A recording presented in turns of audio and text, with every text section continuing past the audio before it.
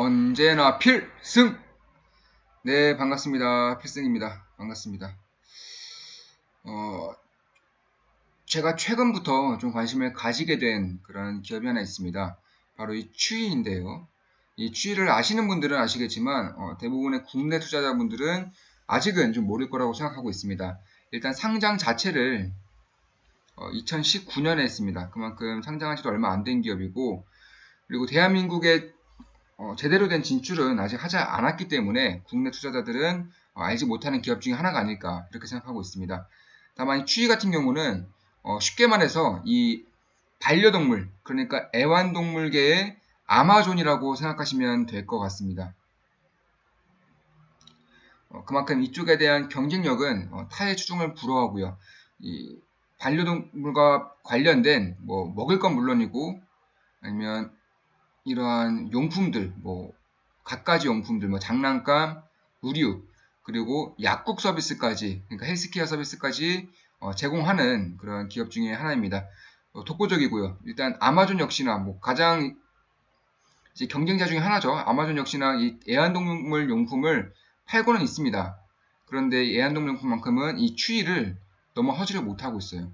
매출액 자체가 어마무시하게 성장하고 있습니다. 현재까지는 4조 원의 연간 4조 원의 매출을 보이고 있는데 아직은 좀 시작된 지 얼마 안 된 기업이기도 하고 워낙에 성장 산업이다 보니까 좀 이러한 매출이 급등함과 동시에 비용이 많이 나갔기 때문에 적자를 면치 못하고 있지만 이 정도의 투자라면 내년 늦어도 내후년에는 흑자로 돌아설 가능성이 굉장히 크다고 저는 보고 있습니다.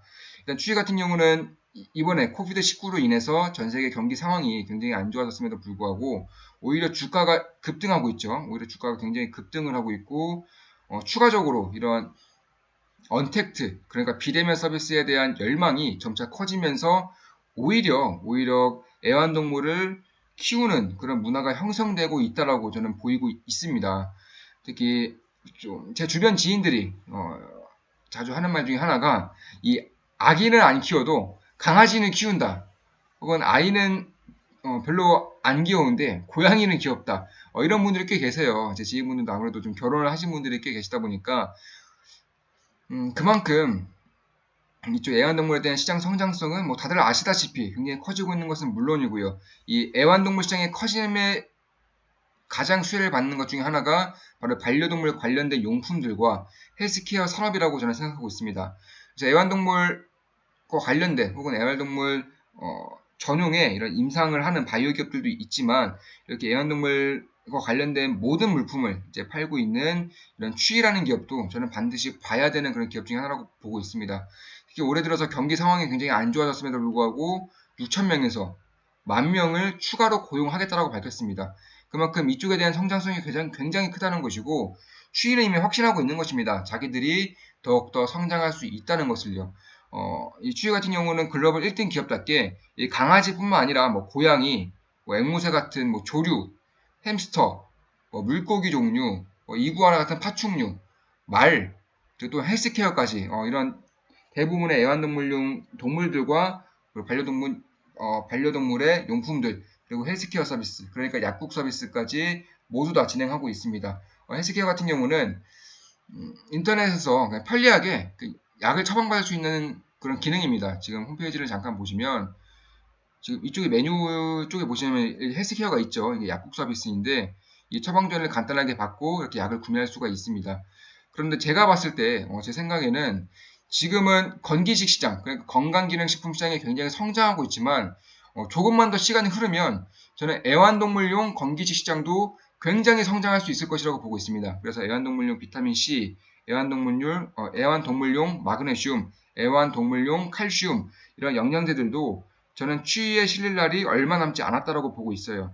그만큼 브랜드력이 가장 뛰어나고 애완동물용 건기식 시장까지 성장한다면 저는 개인적으로 추위의 성장성은 훨씬 더 커지지 않을까 이런 생각을 하고 있습니다. 물론 제 모든 영상은 매도 투자는 아니죠. 모든 투자는 본인의 책임에 따릅니다. 다만 제 이러한 분석을 참고하신다면 분명히 도움이 될 수 있을 것이라고 보고 있습니다.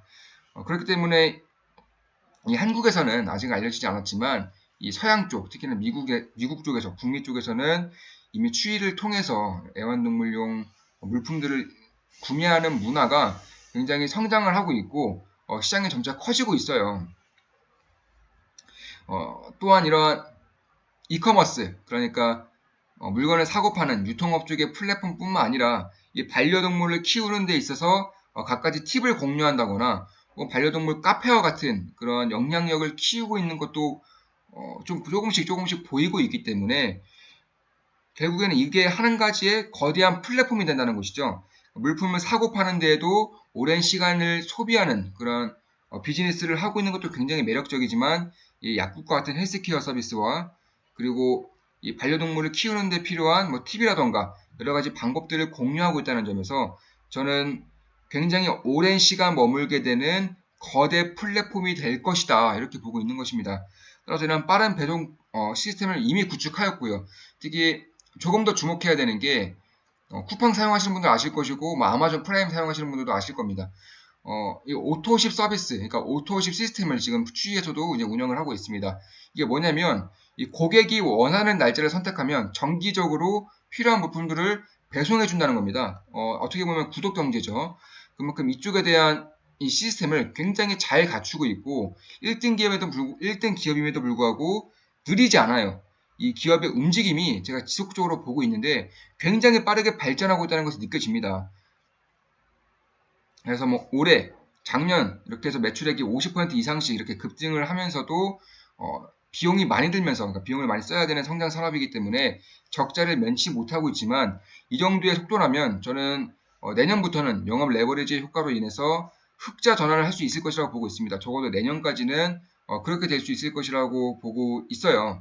그래서 일단 미국에서는 7개 주의 물류센터를 보유하고 있고 대부분의 미국, 그러니까 북미 거의 전체 중에서 이 80%가량이 1일 내에, 그러니까 이 다음 날까지는 서비스를, 그러니까 물품을 배송받을 수 있고, 100%의 고객들이 이틀 내에, 그러니까 오늘 주문하면은 모레까지는 이제 배송이 가능하다고 합니다. 그만큼 이쪽 물류 쪽에서는 더할 나위 없이 가장 좋은 이런 서비스를 구축을 하고 있고, 이러한 시장이 이제 아마존이 다른 국가에 진출하는 것처럼 알리바바가 동남아에 진출하는 것처럼 추이 역시나 이제 북미를 시작으로 유럽 그리고 아시아 지역까지 진출을 하면서 이러한 폭발적인 성장성을 지속적으로 낼 수 있지 않을까 저는 이렇게 생각을 하고 있습니다.